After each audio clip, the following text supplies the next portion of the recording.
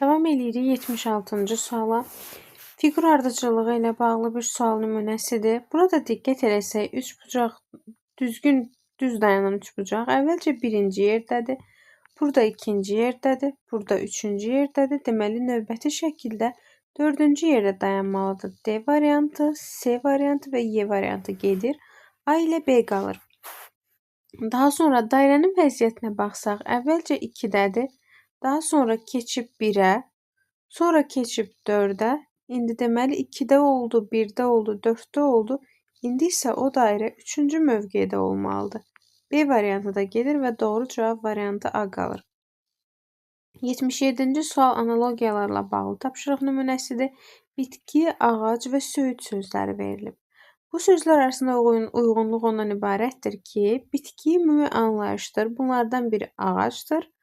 Ağaclardan da biri söyüddür. Yəni, söyüd özü bir ağacdır, ağac da bitki hesab olunur. Variantlara diqqət edəsək, qarışqa həşəratdır.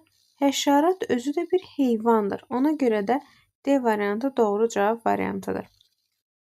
78-ci sualda rənglənmiş hissənin sahəsini tapmaq tələb olunur. Burada diqqət edəsək, bizə kvadratın və düzbucaqlı üçbucağın sahə düsturu lazımdır. Aydındır ki, tərəfi 1 olan kvadratın sahəsi də 1-dir.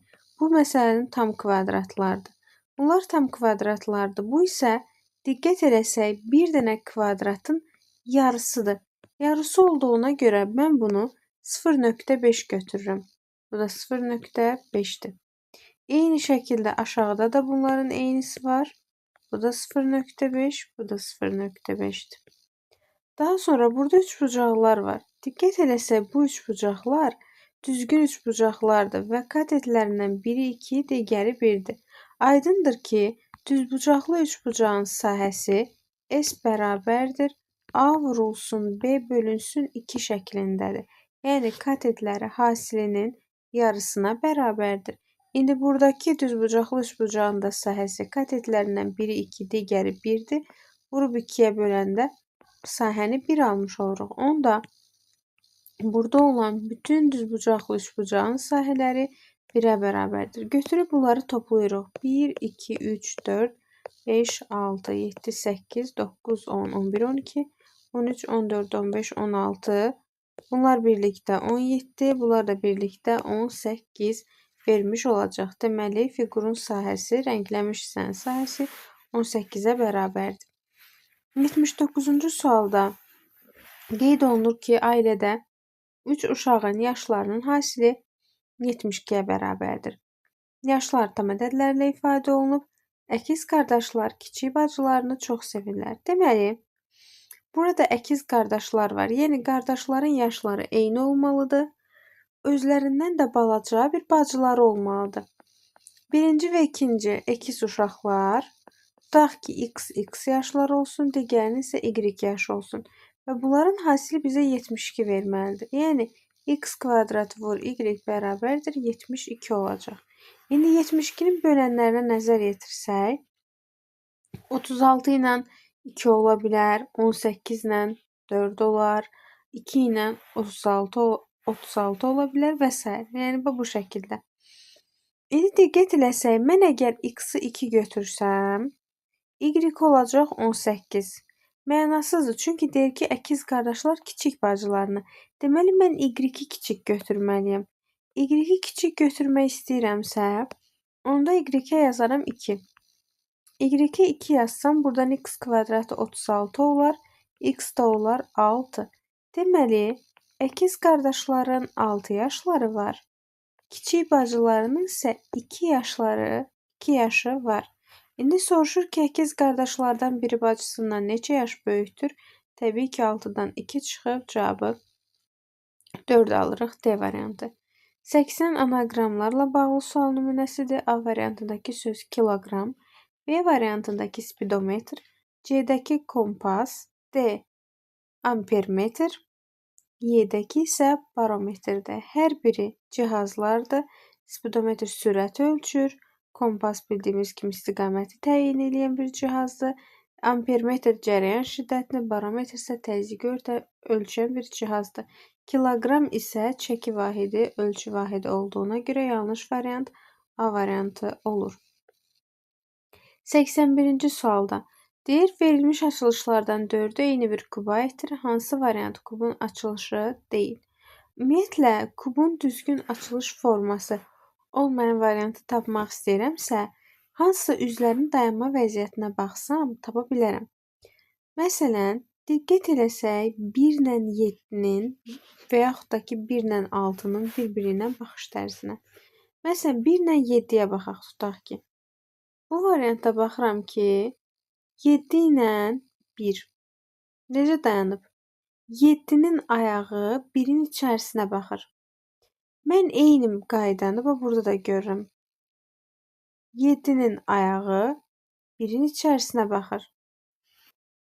Digər tərəfdən B variantında bunu görməliyik. Niyə? Çünki mən 7-ni bir dəfə yuxarı qaldırsam, 7 belə olacaq.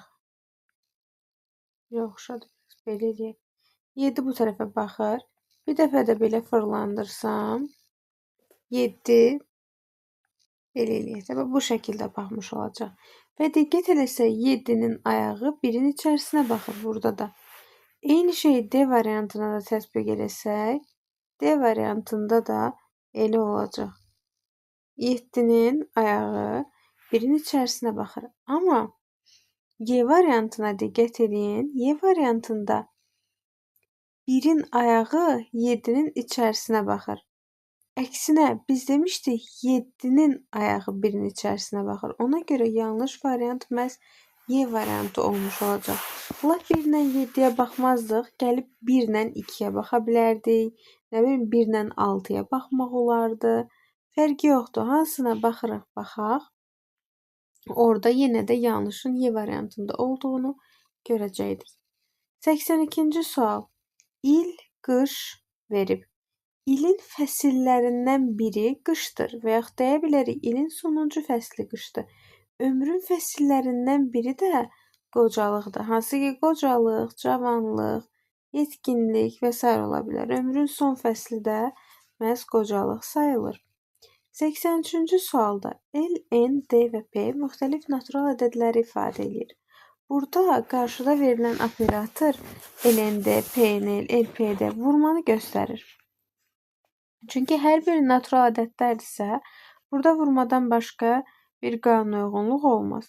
Diqqət eləsək, LND və PNL hasillərində LN ortaqdır hər ikisində. LN ortaqdır. LN ortaqdırsa, onda bu 6 ilə 24-ün ortaq bölündüyü bir ədəd olmalıdır.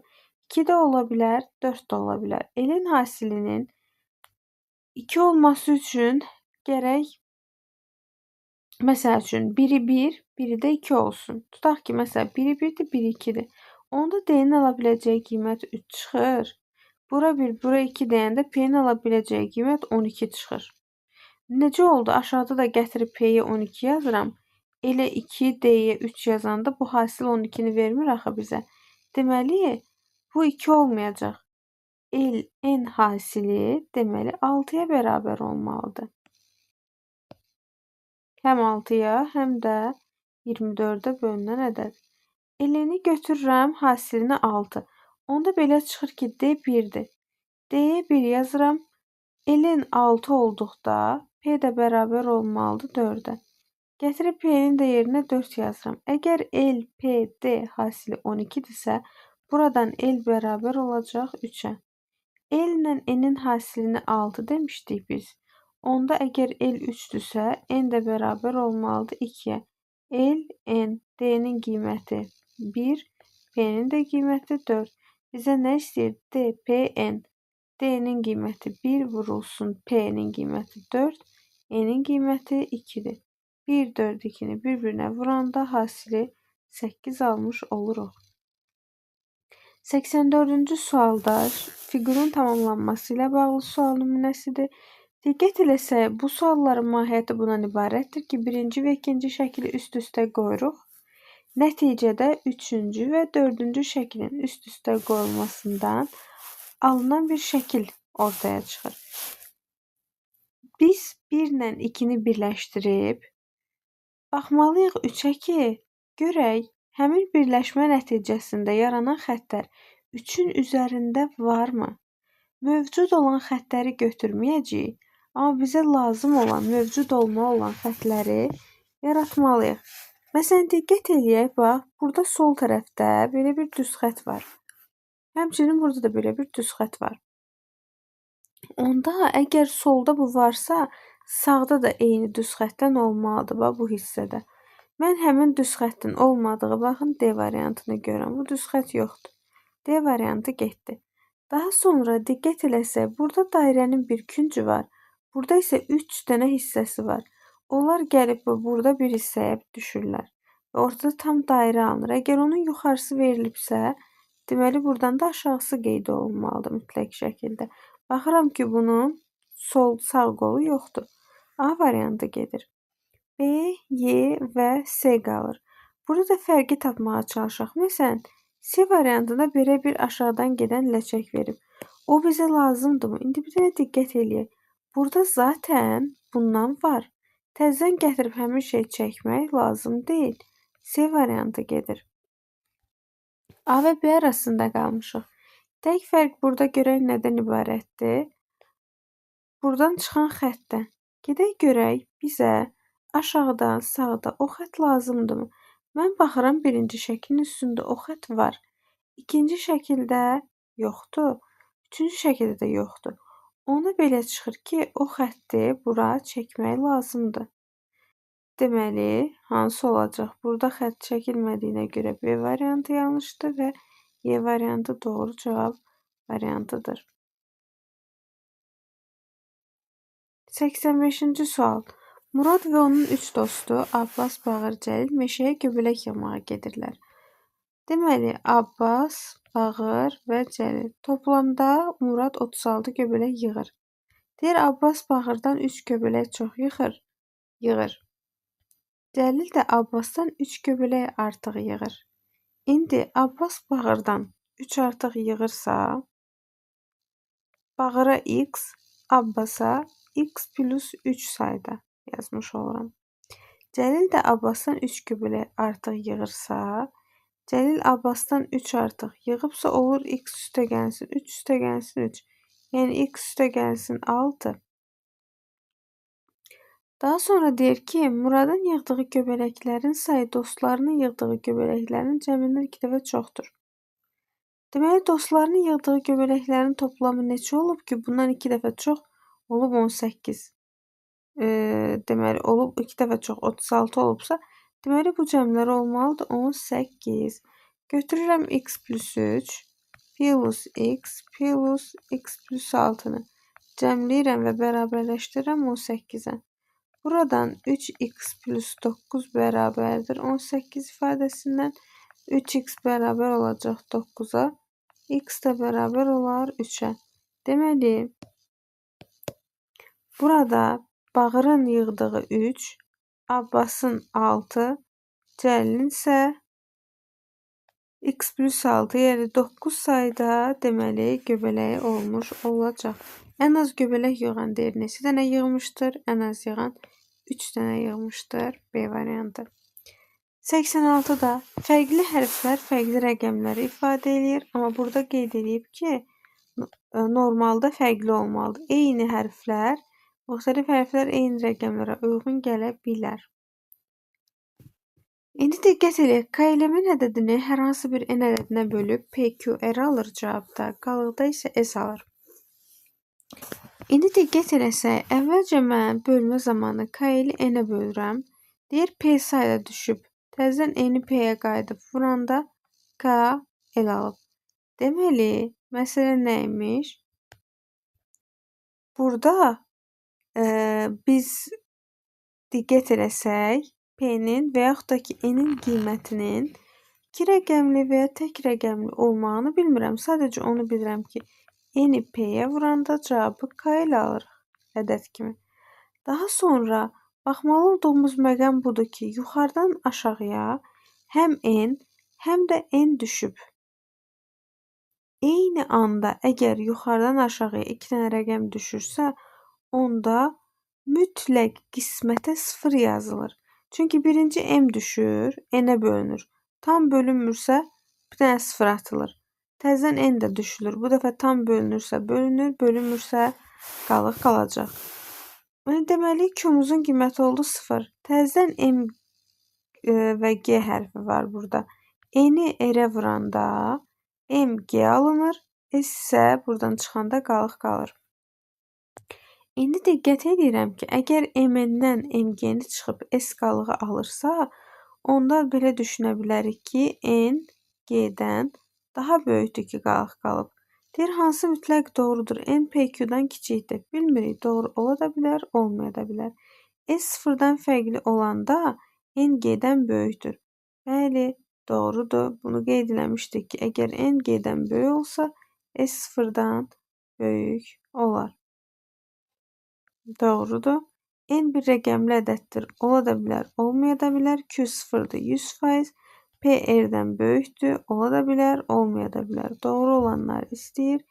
2 və 4 tamamilə doğrudur. Ona görə Y variantı doğru cavab olur. 87-də gül sərgisində 4 dənə bağban görüşür. Onlar öz aralarında gül və güllərin toxum nümunələrini bir-birlərinə verirlər. Nəticədə onların hər birinə həmkarlarından birinin gülü, birinin də toxumları düşür.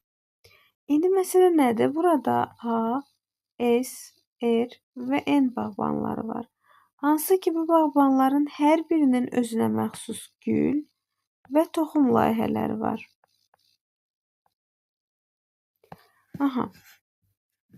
Hər birinin gül və toxum layihəsi var və bunlar öz aralarında mübadilə edirlər. Fərqli yoldaşlarından fərqli nümunələr düşür bunlara. Məsələn, A-ya R-in gülü S-in toxumu, S-in gülü N-in toxumu, nə bilim, R-in gülü N-in toxumu fərqli formalarda düşmüş ola bilər. İndi cümləyə diqqət eləyək. Deyir ki, A-ya düşən toxumlar öz güllərini R-ə verən bağbanındır. A-ya düşən toxumlar A-nın toxum hissəsinə nöqtə qoyuram. Öz güllərini R-ə verən bağbanındır. R-in də gül hissəsinə nöqtə yazırıq.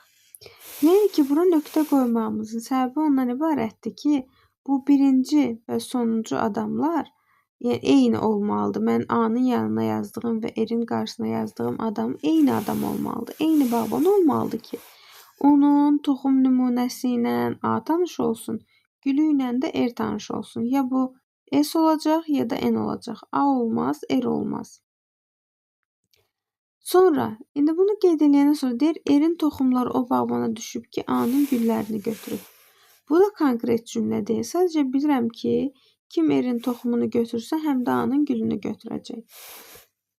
Sualda sonra qeyd edir, N-ə S-in gülləri düşüb. Yazaq, N-in qarşısına gül hissəsinə yazdım S, N-ə S-in gülləri düşüb. Baxın bir dənə güllərə. Güllərdən S getdi. Mən nöqtələrin yerinə A-da yaza bilmirəm, R-də yaza bilmirəm. Onda belə çıxır ki, heç S də yaza bilmirik. Onda bura nə yazmalıyam? Nöqtələrin yerinə mütləq şəkildə N yazmalıyam. S, N gül hissəsindən getdi. A-la R qalıb. A-nın qarşısına A yazmaram deyə R-i bura yazarıq. A-nı da bu tərəfdən yazmış olarıq.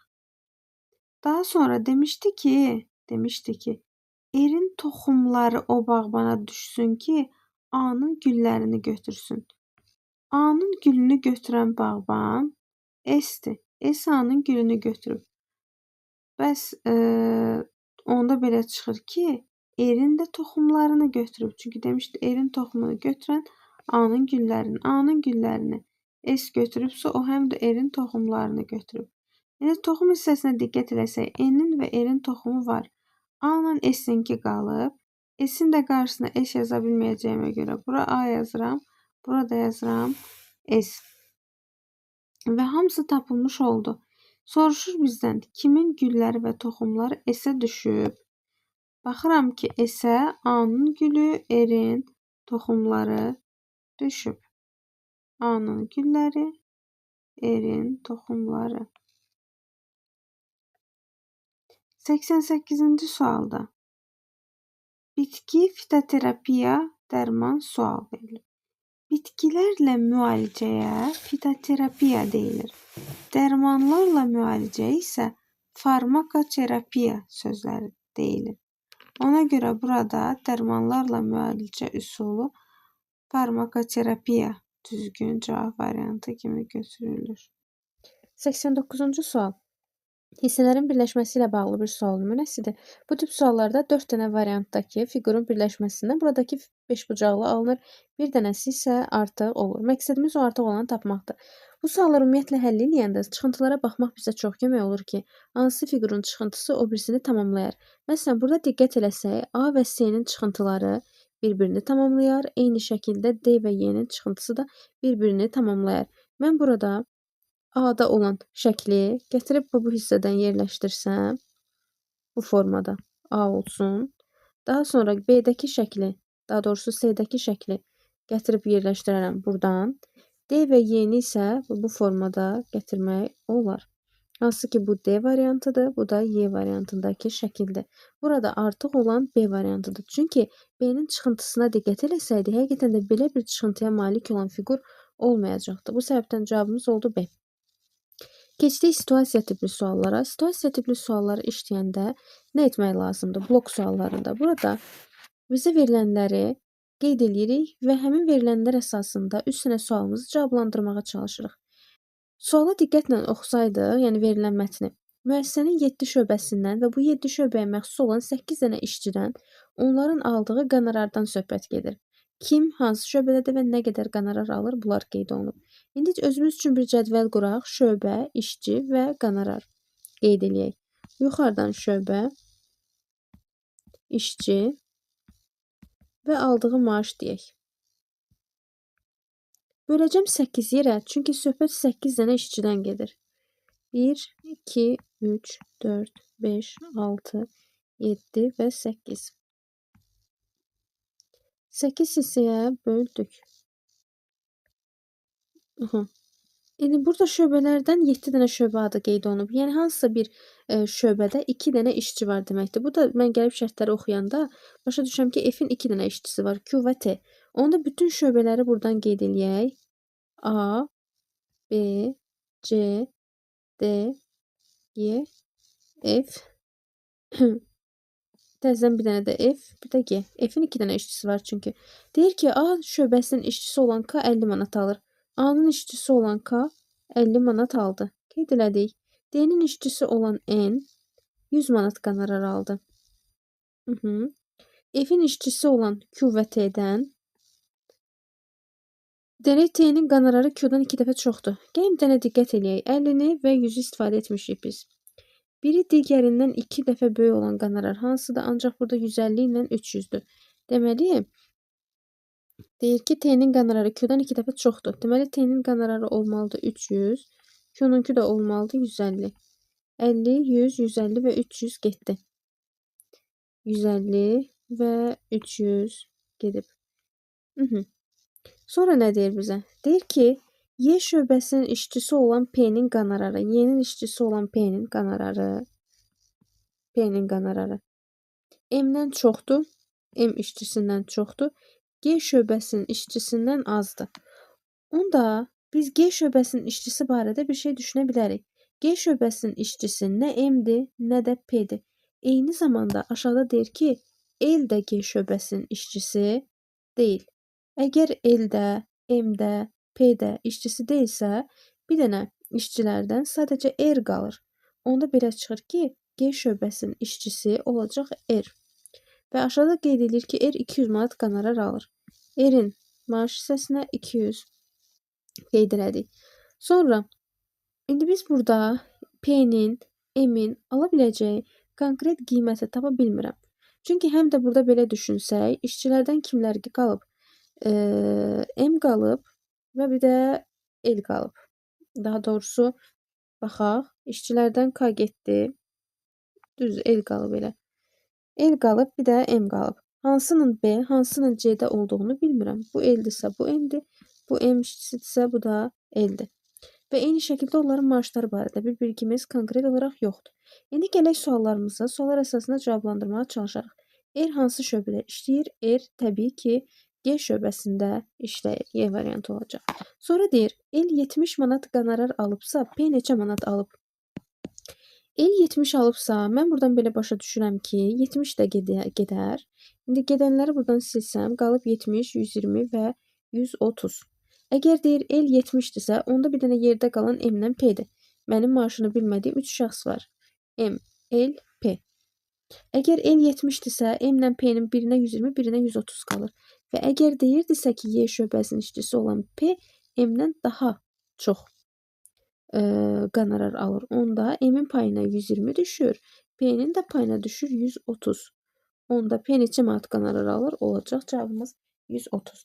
Keçdik 92-ci suala. Deyir, L-in neçə manat qonorar aldığı məlum olarsa, aşağıdakılardan hansıları müəyyən etmək mümkündür? Deməli, L-in neçə manat qonorar aldığı bizə məlum olsa əgər, biz buna uyğun olaraq M və P-ni də tapmış olarıq. Və nəticədə müəyyənləşdirərik hər bir kəsin aldığı qonorarı. Deyir ki, B şöbəsində işləyən işçinin aldığı qonorarın məbləği. Mən ümumiyyətlə B şöbəsində işləyən işçinin kim olduğunu bilmirəm. L də ola bilər, M də ola bilər.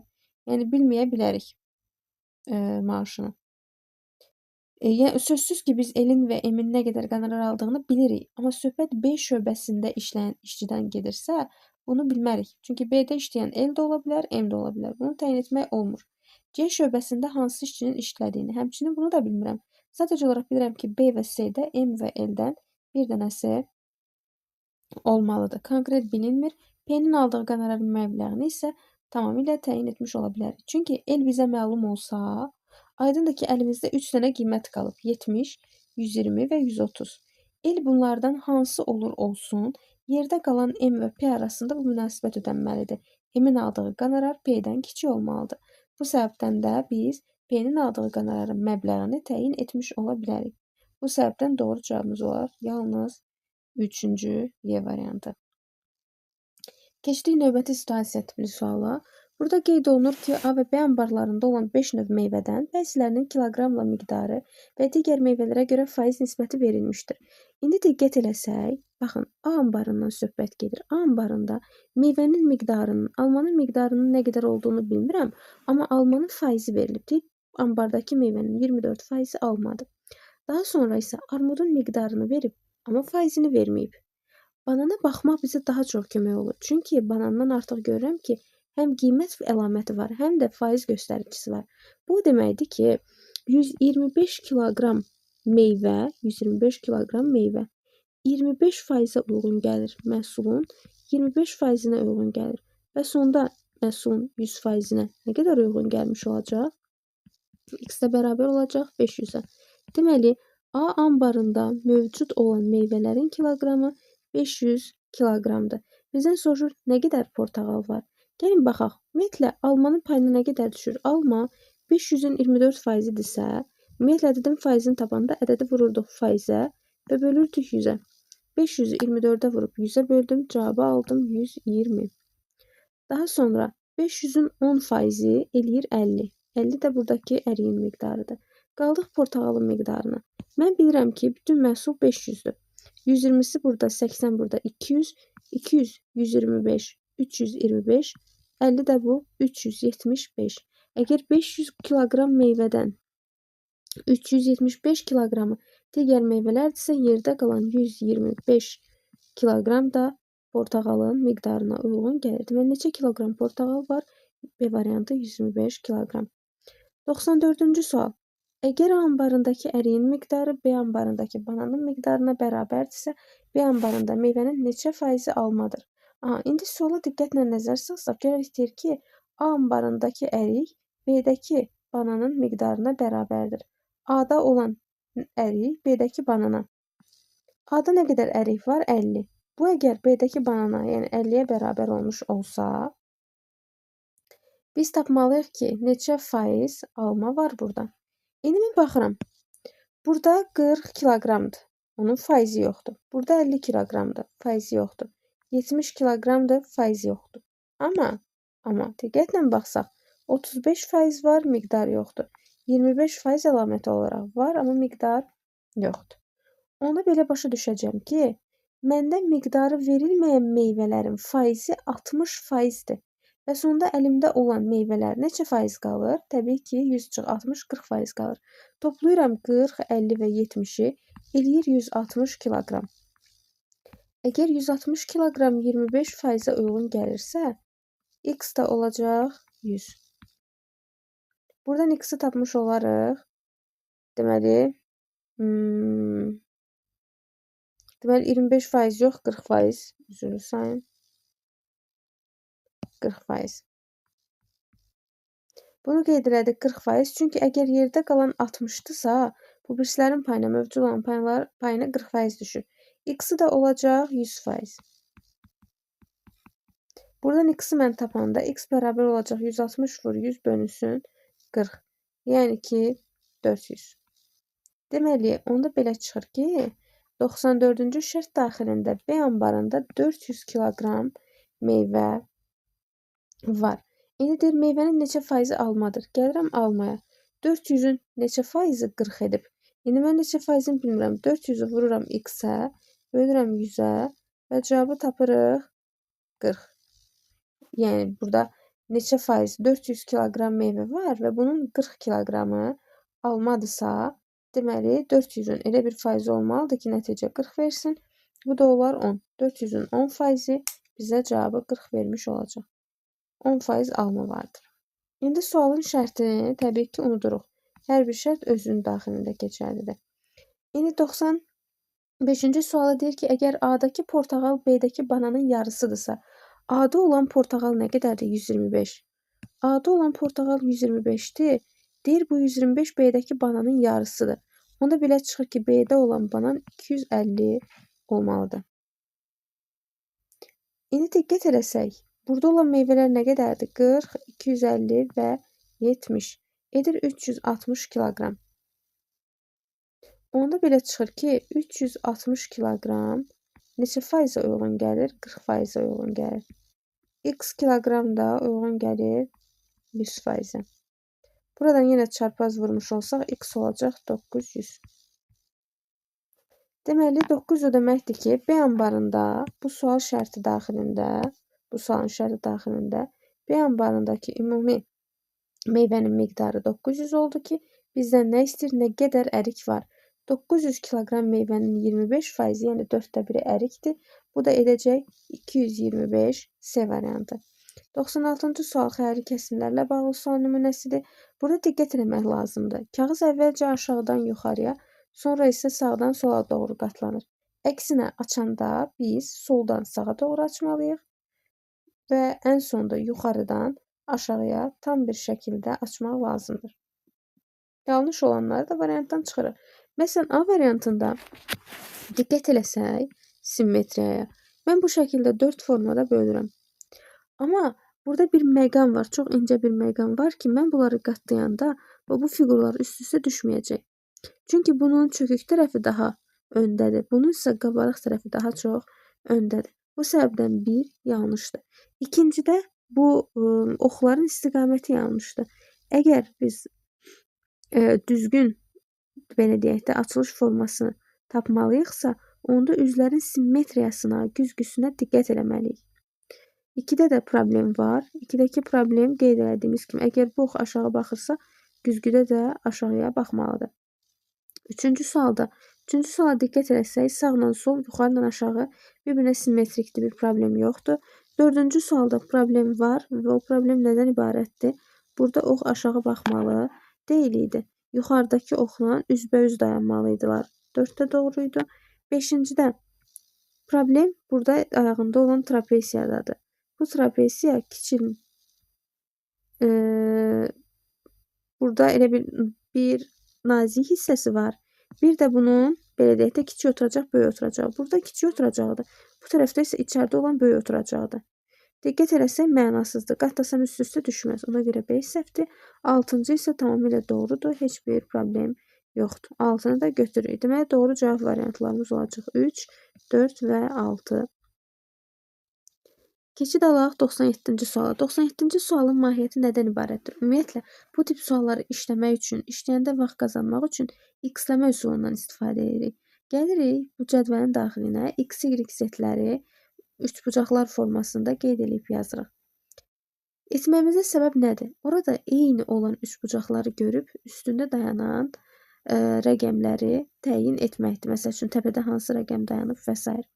Və burada özü də şərtdə bizə deyir, heç bir fiqur fırlatmırıq, qonşu olan təpələrdəki, yerlərdəki hərflər eynidir. İndi mən gəlirəm bura.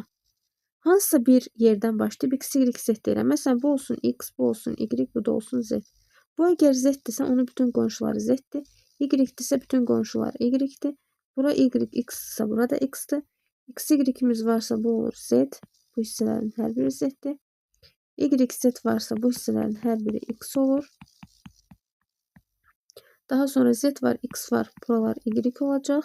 Y, x-dirsə, bu hissələr z. X, z-dirsə, y olur. Buralar x, x. Daha sonra x var, y var. Digər tərəflər z formasında olmalıdır. X var, z var. Ən sonda bura gətirib y yazıq. Bu da y-dirsə, burada oldu x. İndi bütün hamısını doldurduqdan sonra gəlirəm, məsəl üçün, bu üçbucaqları seçirəm yuxarıdan. Normal, düz dayanan üçbucaqlar. Biri, diqqət edəsək, budur. Biri budur. Biri isə budur. İndi baxaq. Bunların təpə hissəsində mən necə fərqləndirə bilərəm? Baxaram ki, təpələrdə dayanan hər rəqəmlərdən 2 dənəsi təkrar, biri təkdir. Biri budur. Təpə hissəsində x var. Təpə hissəsində z var. Bunun təpə hissəsində x var. Onda belə başa düşürük ki, təpə nöqtəsində 2 dənə x, bir dənə z var. Onda x bərabər olmalıdır. Burada 2 dənə hansından idi? 2 dənə 1, bir dənə 3 idi. X olacaq 1, onun digərinin təpəsində olan z idi. Z də olacaq 3. X1, z 3-dürsə, onda belə çıxır ki, y-imiz də nəyə bərabər olacaq? 2-yə bərabər olmuş olacaq. İndi deyir necə düz? A, B, C, D ardıcıllığı ilə düz. Yazırıq A, B, C, D. A-nın yerinə dayanıb z, hansı ki z 3-dür. B-nin yerinə dayanıb z, hansı ki o da 3-dür. C-nin yerinə C haradadır? Bax, burada. C-nin yerinə y dayanıb. Y-imizin qiyməti 2 idi. D-yə baxıram. D-nin qiyməti x-dir. X da 1-dir. Bunu da qeyd elədik. Onda belə başa düşürük ki, A, B, C-D ardıcılığı ilə düzməli isə 3, 3, 2, 1 şəklində düzülməlidir. 98-ci sualda ən çox alma yığımı ilə ən az armud yığımı arasındakı fərq nə qədərdir? Diqqət edin, ən az armud yığımı, ən çox alma yığımına birinci baxaq. Alma yığımında miqdarı bizə sentnerlə verir və aydındır ki, 1 sentner 100 kiloqramdır. Ən çox alma yığımı, diqqət eləsəm, ən pik nöqtəsi burada 60 sentner göstərir. 60 sentner 6000 kiloqram ifadə olunur. Çünki 1 sentner 100 kiloqramdır. 6000 kiloqram ifadə edir. Daha sonra ən az armud yığımı. Ən az armud deyəndə ən aşağıdan baxmalıyam. Ən aşağıda 30. Deməli, ən çox alma yığımı 6000, ən az armud yığımı isə 30 kiloqram olub. Onda bunlar arasındakı fərqi tapsam 6000 kiloqramdan çıxmalıyam. Nəyi? 30'u. O da eləyəcək 5970. Doğru cavabımız olur 5970. Daha sonra 99'a devam edirik. Deməli, diqqət eləsək, aşkar operatorlarla bağlı sual nümunəsidir.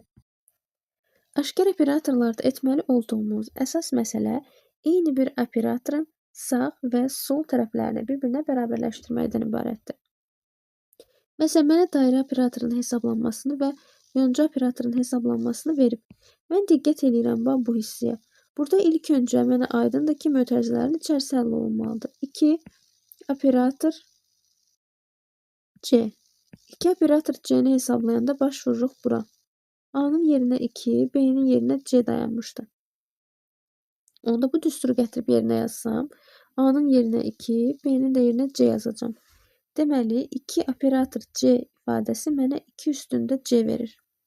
Onda gətirib 2 üstü C-ni buraya yazsam, nə olacaq? 2 üstü C dairə operatoru 2 bərabərdir 24. Daha sonra dairə operatorunun qaydasını tətbiq edirəm. Dairə operatoru sol tərəf A idi. Sənə də sol tərəf 2 üstündə C-dir. Sonra sağ tərəf B-dir. Hansı ki bizdə B nə idi? 2 idi. Və gətirib A-nın yerinə 2 üstü C, B-nin yerinə 2 yazsam, bax bu düsturda A-nın yerinə 2 üstü C, üstə gəlsin. A-nın yerinə 2 üstü C vurulsun B. B-nin də qiyməti 2-yə bərabərdir. Hesabladıq ifadənin qiymətini bərabər elədik 24-də. Buradan 2 üstü C-ni çıxartsam, içəridə qalır 1 plus 2 bərabərdir 24. 2 üstü C vurulsun 3 bərabərdir 24-dürsə, 2 üstü C bərabər olacaq 8-ə.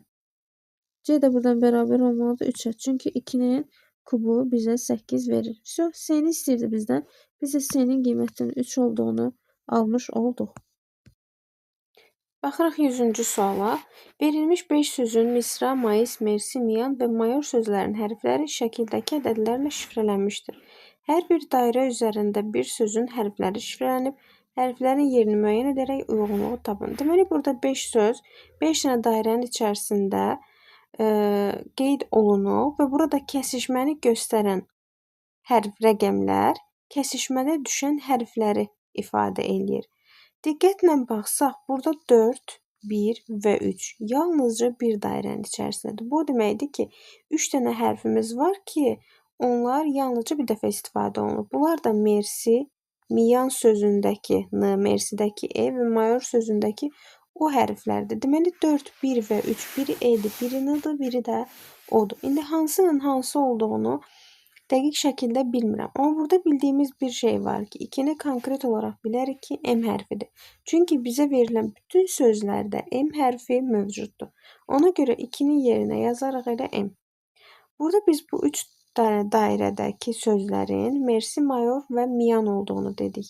Mersi, mayor və miyan. İndi diqqət eləsək, bu iki dairə kəsişməsi nəticəsində ortada 3 dənə hərf qalır. Miyan, mayor və mersi hansı 2 dənə sözdür ki, kəsişəndə 3 dənə ortaqları var. Bu mayorla miyandır. 3 dənə ortaq m-dır, a-dır və y-dır. Deməli, 2-nin m olduğunu zaten bilirik. 5 və 6-dan biri a-dır, biri y-dır. Diqqət eləyə bilərik nəyə? 6 neçə dənə dairənin içindədir, 5 neçə dənə dairənin içindədir. 5 4 dənə dairənin içindədir. O da hansı ki, baxsaq, bu mersi sözünün içərisində, bax, mersinin içərisində. Buna bir dənə mersi qalacaqdır.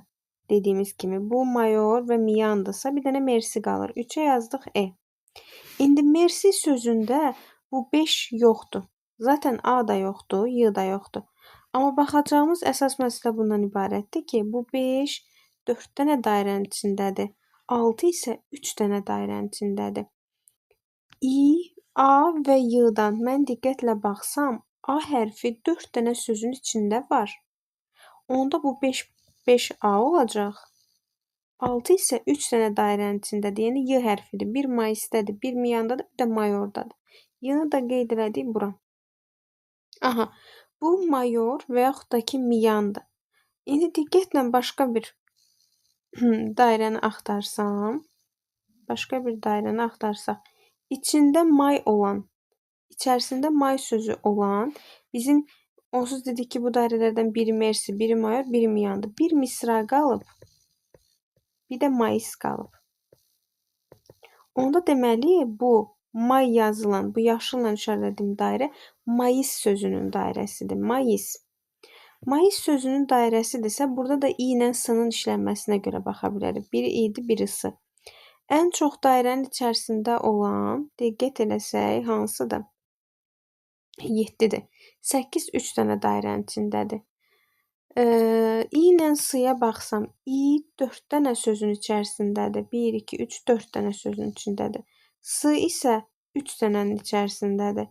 Deməli 8-ə düşəcək S, 7-yə də düşəcək İ. Onda mayıs sözü alındı. M, İ, S. A da qalıb burada. Onda 9-un payına da R düşəcək. Baxın bu burada. Bizim yuxarıdakı sözlərimiz misra sözləridir. Axı M, A, İ, S gedib, R qalıb burada. Misra. Sonra Mersiyə diqqət eləsək. M, E, R, S, İ. Bu da tamamlanıb. Bir dənə qalıb bizdə mayor və miyan. Bu dairəyə baxın, içində 4 olanda İ var. İ bunun içindədirsə, onda o miyan sözüdür. 4-ün payına N düşür. M, A, Y, R varsa birin də payına O düşür. Və bu söz olur mayor sözü. Hamısı tapıldı. Bizdən 1-in, 2-nin, 3-ün yerinə düşən hərfləri istəyirdi. 1-in yerinə düşdü O hərfi. Bunun şifrəsi D-dir. İkincinin yerinə düşdü M hərfi, şifrəsi B-dir.